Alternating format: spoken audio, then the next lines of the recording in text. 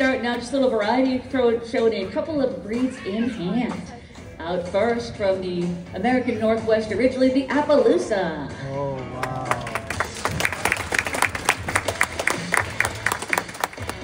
And the Danish version of the spotted horse, the Knabstrupper. Here's the good one.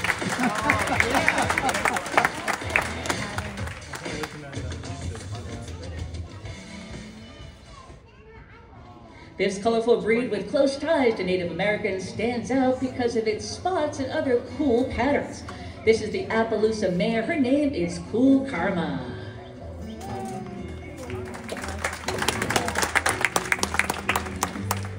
Horses with spots have been featured in art throughout history, but it's only in the past 100 years or so that these ancient bloodlines have become a true breed. It's likely that the American version of the spotted horse, the Appaloosa, descended from Spanish horses that were traded into the Northwest in the mid to late 18th century. Then they were acquired by the only tribe known to selectively breed their horses, the Nez Perce. And the name of the breed comes from the Palouse River area in Idaho.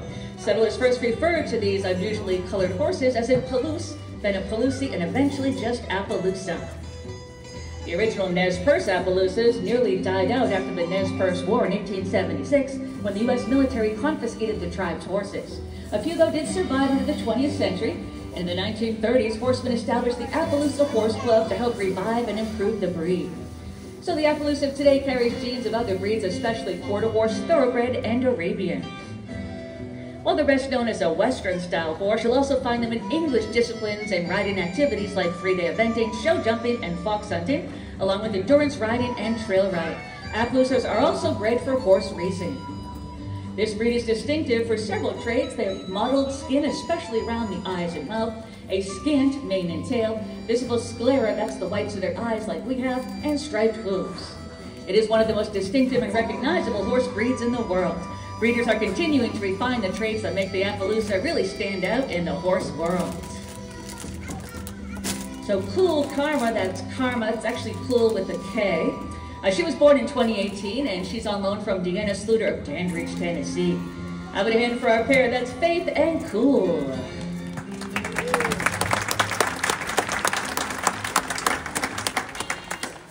And here's a spotted breed from Denmark that shares the same genes that gives the Appaloosa its spots. This is the Knabstrupper. Her name is Livy.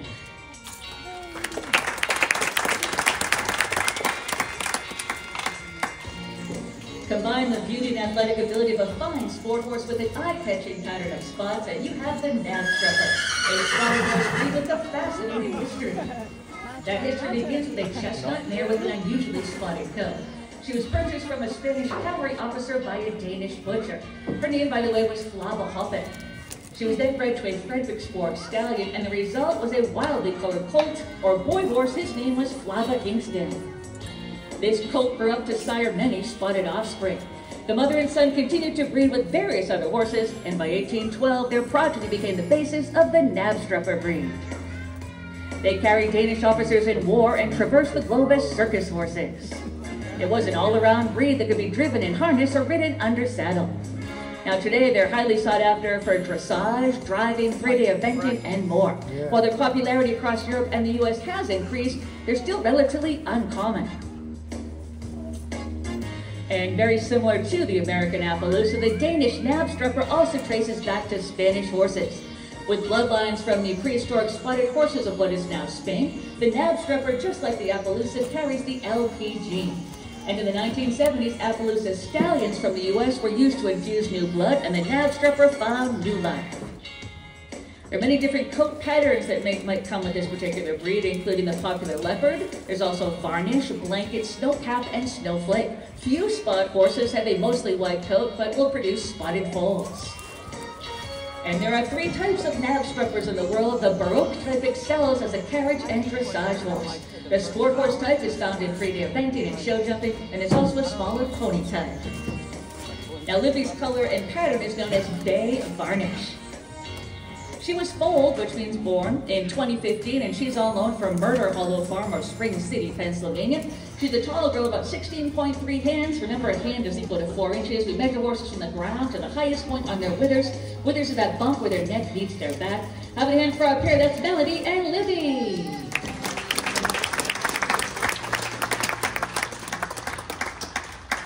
So one question we get quite often is, where do all these horses at the horse park come from? Well, nobody who works here at the park actually owns any horse you'll see here. Here at the Breed's Barn, we depend mostly on just regular people, individuals willing to lend us their horse or pony for a season or longer. So the horse comes in, and once they pass their vet exam, the next important step is, well, do they actually enjoy living and working in this environment? Those who do stick around for the season, many end up returning several seasons in a row.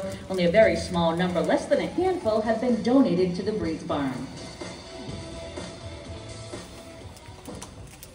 With royal connections and enduring legacy and movie star looks, this Spanish breed has made a huge impact.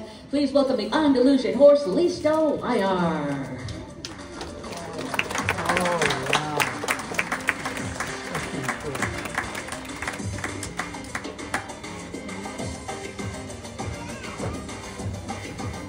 The Andalusian emerged from the Iberian Peninsula in the 15th century. It was a blend of native Spanish and North African bar horses. They were named after the Spanish province of Andalusia. The Lusitano breed is closely related, but they call Portugal their home. Originally bred for warfare, the Andalusian was agile and brave in close combat. Their beauty and style became prized by those who appreciated the movement and looks of horses developed during the Baroque era. The Andalusian and its huge influence spread to the New World thanks to a 15th century Spanish law. That law required at least a dozen Spanish horses to accompany every ship leaving Spain. In fact, all New World breeds carry Spanish blood, owing at least part of what they are today to what the Andalusian was 500 years ago. The original dressage mount, the Andalusian was performing high-level maneuvers at a time when the ancestors of modern-day warmbloods, well, they were still pulling carriages. You'll still see them excelling in dressage today, as well as in driving, western pleasure, saddle seat, and jumping. And in some parts of the world, they still work the bulls both in and out of the arena. And you'll find them portrayed in movies, especially westerns and fantasy epics. Clint Eastwood rode Andalusians in many of his films, and the breed has appeared in hits like Gladiator, Interview with the Vampire, Braveheart, and the Lord of the Rings films.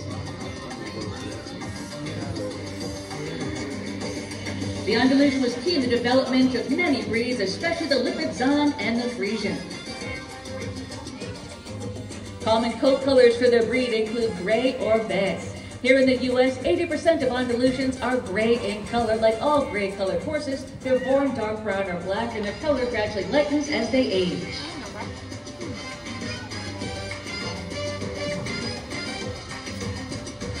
So we can certainly vouch for that happening. Listo, when he joined us a few seasons ago, was quite darker as far as his hair coat goes. Listo was foaled in 2014. He's here on loan from his owner, Samantha Potts of Lexington, Kentucky.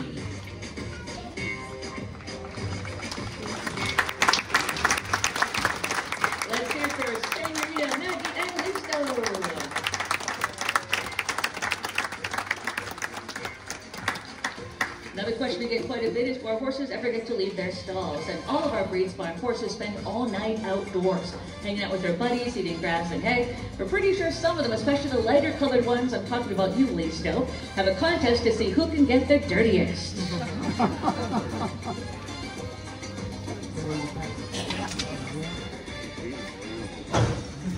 In the Disney musical Newsies, paper boys and girls did their best to deliver the news to their customers. Now using four-legged horsepower, here's our newsie riding the Chickasee pony, Misty's Red Dawn.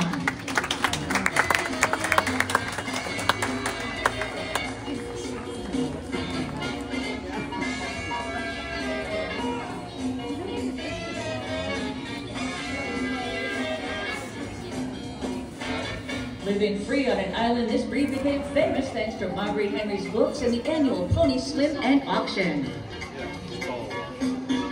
The ponies are named after Chincoteague Island, but they actually live on Assateague Island. That's a nearby National Wildlife Refuge off the coast of Virginia. Now, how the ponies ended up on that island was once up for debate. There was a romantic legend that they survived a shipwrecked Spanish galleon, but now it's much better understood how it happened. Settlers put them there to avoid having to put up fences or pay livestock taxes. And through the centuries, various other breeds have contributed to the modern Chincoteague pony breed, including Thoroughbred, Arabian Mustang, and Shetland pony. Now, Assateague Island is a harsh habitat for any equine, but these ponies have adapted to life there over hundreds of years. While on the island, they survive mainly on saltwater cordgrass. That causes island ponies to drink more water than other breeds, giving some of them a pot-bellied appearance. The modern pony auction began in 1925 as a way to raise money for the Chincoteague Volunteer Fire Company. It's still held every year the last Thursday in July. And the way it works is the ponies on Assateague Island are rounded up by saltwater cowboys. They then swim the herd across the channel to Chincoteague Island for a parade, followed by the auction. In 2023, 71 ponies sold for an average cost of $6,800. After the auction, they swim back to their home on Assateague Island. Now, on the island, these ponies measure about 12 to 13 hands, which again is 48 to 52 inches tall at the withers. Ponies adopted as foals or babies can get taller, up to 14 hands, which is 56 inches. And once adopted, these ponies are very easy keepers. Easy keeper is a classification given to all the pony breeds and many small stature equines. What does it mean to Misty's Red Dawn? Well, let me put it this way. She simply has to look at grass and she'll gain weight. Now, pinto is the iconic color pattern. Pinto means white splashed with any other solid color of the equine rainbow, but they come in all the usual solid colors too. And the Chincoteague pony became an official registered breed as late as 1994. Now, you're not just looking at a very sweet Chincoteague pony, you're looking at Chincoteague royalty because Misty's Red Dawn just happens to be the great-great-great-granddaughter of the Misty of Chincoteague. That's right, Dawn was foaled in 2011, and she's here on loan from her owner, Kendi Allen of Bloxham, Virginia. She knows she's special, so let's give it up for Bree and Dawn.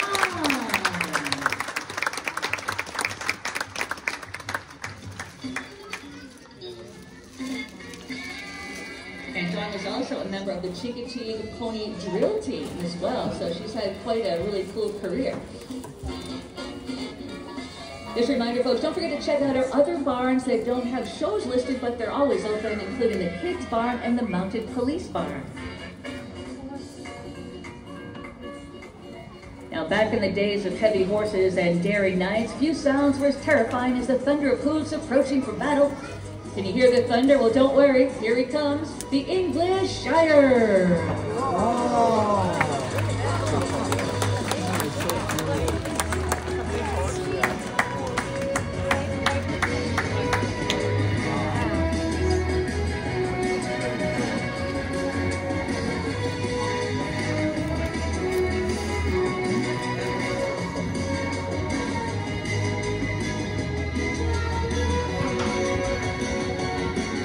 The Shire and its ancestors were medieval war horses, but they did more than just provide transportation for a knight in shining armor.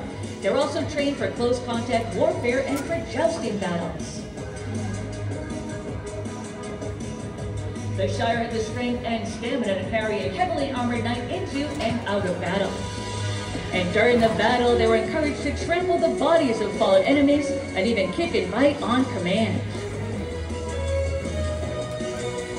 When the days of chivalry and the armored knight were over, the Shire found new jobs on the farm and in the cities. The Shire was also later ushered in the Industrial Revolution, and it did so with gusto.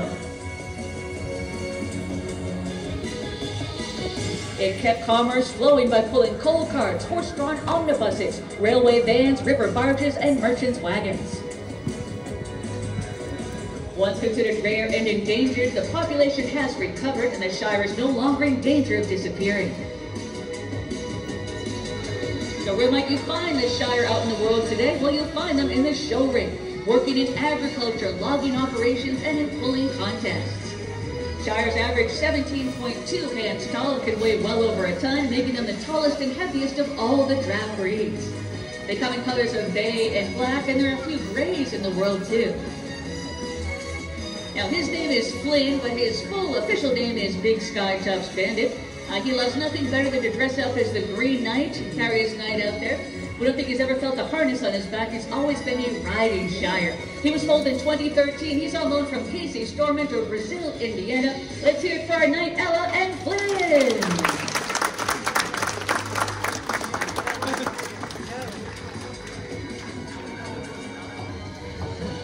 I want to thank you guys so much for coming out today and helping us to celebrate our partner for centuries, the horse. You've met him, we learned a little bit about him. Now's your chance in the second part of the show to see him up close and personal. So get your hands a clap, and it's time to welcome back the parade.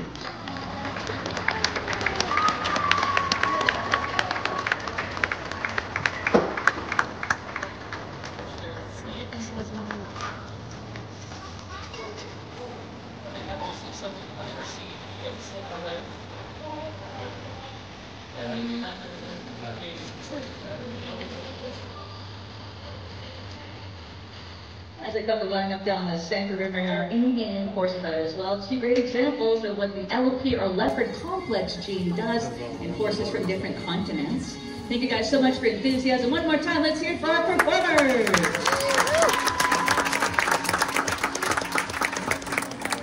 Now it's time to grab those cameras and other devices and bring your questions. They're headed down to the rail. That's the white fence. And they want you to come on down and meet them.